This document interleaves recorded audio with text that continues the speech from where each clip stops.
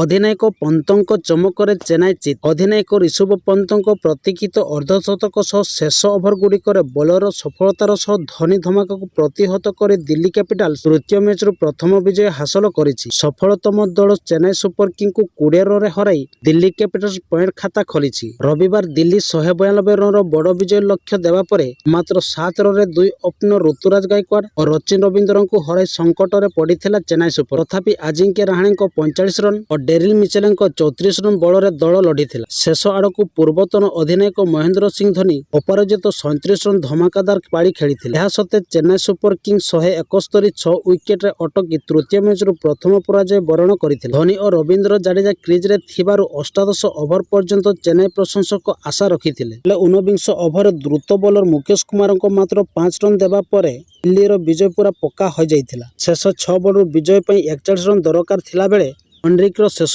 ଓଭରରୁ Dhoni 20 run ଅମଳ କରି ଦର୍ଶକଙ୍କ ଭରପୁର ମନୋରଞ୍ଜନ କରିଥିଲେ ମଧ୍ୟ ଚେନ୍ନାଇ ସୁପର କିଙ୍ଗ ପରାଜୟକୁ ରୋକିପାରିନଥିଲେ। ଦିଲ୍ଲୀ ବୋଲର ଖଲିଲ ଅହମ୍ମଦ 21 ରନ୍ ଦେଇ 2 ୱିକେଟ୍ ନେଇଥିବାରୁ ଶ୍ରେଷ୍ଠ ଖେଳାଳି ବିବେଚିତ ହୋଇଥିଲେ। ସଂକ୍ଷିପ୍ତ ସ୍କୋର: ଦିଲ୍ଲୀ କ୍ୟାପିଟାଲ୍ସ 20 ଓଭରରେ 191 5 wicket, David Warner 52, Rishabh Pant 51, Puri 43, Theesha Pathirana 31 run 3 wicket, Ravindra Jadeja 43 run 1 wicket, Mustafizur Rahman 47 run 1 wicket.